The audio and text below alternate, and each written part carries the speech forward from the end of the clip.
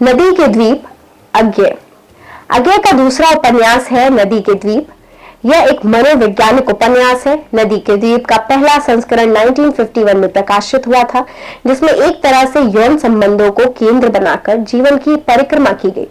करेंगे इस किताब पर चर्चा, लेकिन अगर अभी तक आपने हमारा चैनल सब्सक्राइब नहीं किया है तो कर लीजिए। मैं हूं ओशी और आप देख रहे हैं बुक पास।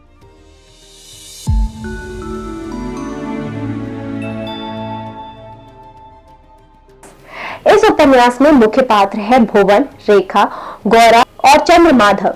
व्यक्ति अज्ञेय की चिंतन धारा का महत्वपूर्ण अंग रहा है और नदी के द्वीप उपन्यास में उन्होंने व्यक्ति के विकसित आत्म रूप को निरूपित करने की सफल कोशिश की है।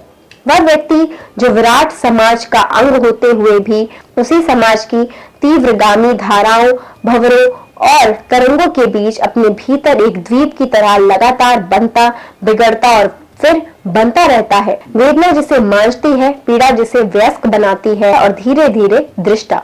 अज्ञेय के प्रसिद्ध उपन्यास शेखर एक जीवनी से संरचना में बिल्कुल अलग इस उपन्यास की व्यवस्था विकासशील व्यक्तियों की नहीं, आंतरिक रूप से विकसित व्यक्तियों के इर्द गिर्द बुनी गई है। उपन्यास में सिर्फ उनके आत्म का उद्घाटन होता है। समाज के जिस अल्पसंख्यक हिस्से से इस उपन्यास के पात्रों का संबंध है, वह अपनी संवेदनाओं की गहराई के चलते आज भी समाज की मुख्य धारा में नहीं है।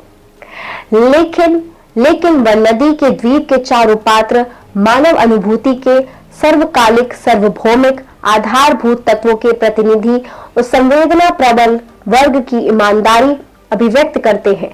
नदी के द्वीप में एक सामाजिक आदर्श भी है, जिसे अज्ञेय से अपने किसी वक्तव्य में रेखांकित भी किया गया था, और वह है दर्द से अलग होकर व्यक्तित्व का स्वतंत्र विकास।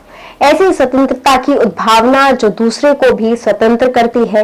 व्यक्ति और समूह के बीच फैली तमाम विकृतियों से पीड़ित हमारे समाज में ऐसी कृतियां सदैव प्रासंगिक रहेंगी। इसमें 312 पेज है। यह 1 जनवरी 2016 को प्रकाशित हुई थी।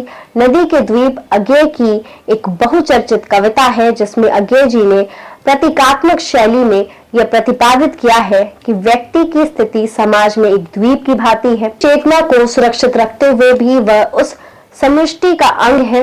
नदी समष्टि चेतना का प्रतीक है, जबकि द्वीप वृष्टि चेतना का।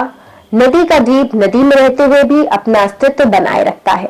वह रेत बनकर नदी को गंदा नहीं करना चाहता। प्रतीकात्मक शैली में कवि ने व्यक्ति को महत्व प्रदान करते हुए समष्टि चेतना के लिए उस आवश्यक माना है। व्यक्ति का अपना महत्व समाज में है और उसे समाज के हित के लिए अपना अलग अस्तित्व बनाए रखना चाहिए। व्यक्ति अज्ञेय की चिंतन धारा का महत्वपूर्ण अंग रहा है और नदी के द्वीप उपन्यास में उन्होंने व्यक्ति के विकसित आत्म को निरूपित करने की सफल कोशिश भी की है।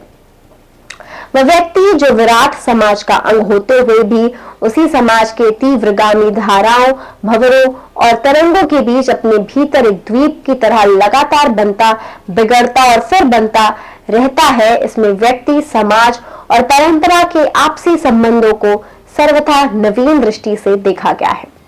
यहाँ द्वीप, नदी और भूखंड को क्रमशः व्यक्ति, परंपरा और समाज के प्रतीक के रूप में चुना गया है। उम्मीद करते हैं आपको हमारा ये वीडियो पसंद आया होगा। ऐसे ही वीडियो को देखने के लिए हमारे चैनल को अभी सब्सक्राइब करें। शुक्रिया।